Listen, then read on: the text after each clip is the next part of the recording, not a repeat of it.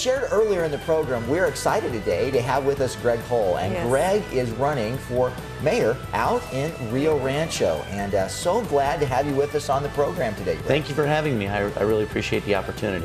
One of the things we always like to know about anybody is just a little bit about their background and about things that in their own life. So give us an encapsulation of your life. Who is Greg? Well, I'm a small business builder. I've owned small businesses in the past, and our most recent business was a company called Certified Packing and Crating, and that was a business that dealt with global logistics and industrial packing and crating. We did a lot of work for different companies like Sandia National Labs, some of the different places around the community where we had to come up with packaging solutions for what they needed to ship and where they needed to get to.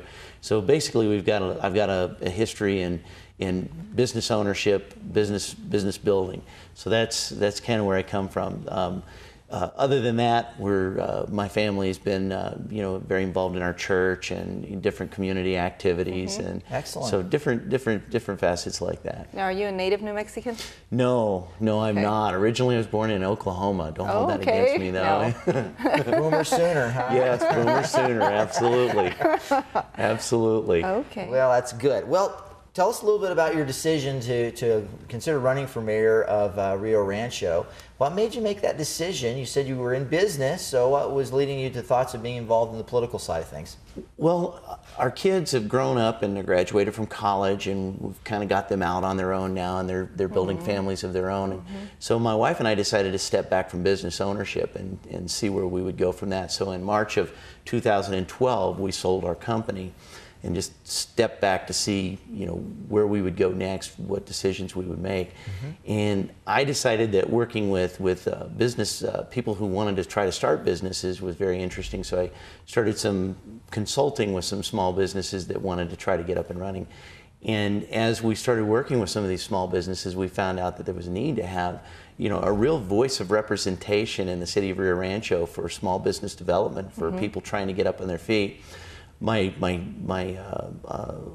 daughter tried to start a business there and had some difficulties, and then I've worked with some other business leaders as well that were trying to get some things going. They had some ideas and they wanted to get a business going, but they just felt that some of the approach to starting a business in Rio Rancho was there's just a lot of roadblocks. Yeah, I think it's interesting. Over the last several years, the last, I would say 6-7 years, all throughout New Mexico, we've seen, I think, suppression of business development. But I remember going back a few years ago, Rio Rancho was probably one, they were in the headlines.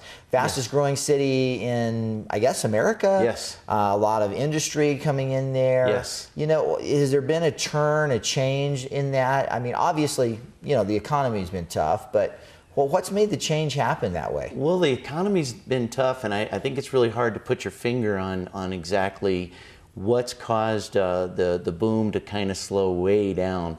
Now, from a Rio Rancho perspective, we see a lot of development on our borders, and so we see service-related industries coming into the community, but they're on the outer perimeter, and the prevailing suggestion, I guess it would be that it's just very difficult to do business in the city of Rio Rancho and develop, in getting set up and getting going. There's many things that need to be dealt with. There's infrastructure issues, there's antiquated platting issues, and there's the challenge of aggregating land. And so when you talk about developments and businesses wanting to come in, they're looking at these long-term plans, and I think for the most part, it just doesn't fit their business plan. Interesting. Interesting. Well, Greg, what qualities or skills would you say you have that set you apart from other candidates? Well, there's a tremendous outcry for service-related industries in Rio Rancho. If you want to buy a suit in Rio Rancho, you can't. You can't do everything you want to do in Rio Rancho with it. You have to go to Albuquerque or another city to do it. So that we don't have a quality men's clothing store. We don't have, and as my wife will tell you, we don't have a quality women's shoe store there. So that's important. Yeah, that is so important. That could be what's hindering growth right there. So service. There's a big outcry for service industries to come into Rio Rancho, and a lot of those start as small businesses. Yeah. So what I bring to the table is a small business perspective that says, look, I understand how these regulations affect a small business that's trying to set up a business, trying to invest in a community, and trying to grow a business. I have a very unique perspective in our small business. When we started Certified Packing and Crating, we took it over as a failing business. And it was an interesting set of circumstances, but we rewrote the business plan, and one of my objectives was to see if we could run this business debt-free. And so we started this business, this Certified Packing and Crating. We took it over, restructured it, rewrote the business plan, met face-to-face with the regulations of the state and all the different regulations, and had to overcome those without borrowing money, without spending a lot of excess dollars to try to figure out all this, but really just getting a hands-on look at what about New Mexico and what about, you know, the different municipalities in New Mexico create a business atmosphere that's not really conducive to small business, and it's very difficult unless you borrow a lot of money and hire a lot of people. And there's a lot of risk in that, and a lot of people just can't do that. I mean, that's just not available to go and to borrow a lot of money. Sometimes they don't have the ability to put that together. So I could see that being a real hindrance. Absolutely. And so you need an advocate that's going to say, look, you don't have to go out and borrow the money. I think we have to take a new perspective when dealing with businesses in New Mexico. The municipalities shouldn't be adversarial, but they should look at it more as a partnership. The more successful you are, the more successful our city is. Right. Okay. Mayor's going to be, I guess, a full-time job, right? Correct. Okay, so what does it mean to you to be a full-time mayor? What does that encompass? Well, I'm going to kind of overlay my small business perspective on this.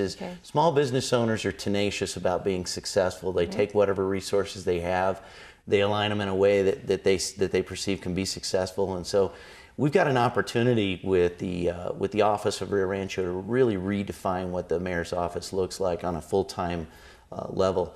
And so to me, a full-time position means you put into it whatever it takes to be successful. And so is that a 40-hour-a-week job? At least.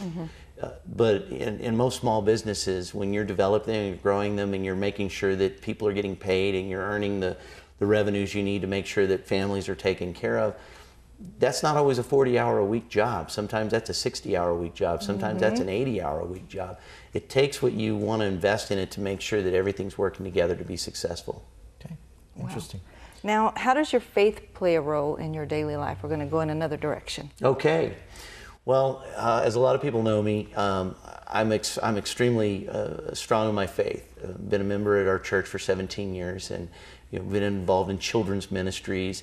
One of the other ministries that we teach is financial responsibility classes. That's important. We teach people how to live inside their budgets. One of our goals is to live as debt-free as possible. And that's been a major. That's one of the reasons why we rewrote our business plan in the way we did. Is we wanted to see if we could do a business debt-free, and create a household budget that was as close to debt-free as we could possibly get. That's great. And so so our faith plays a big role in the way that I make decisions for myself.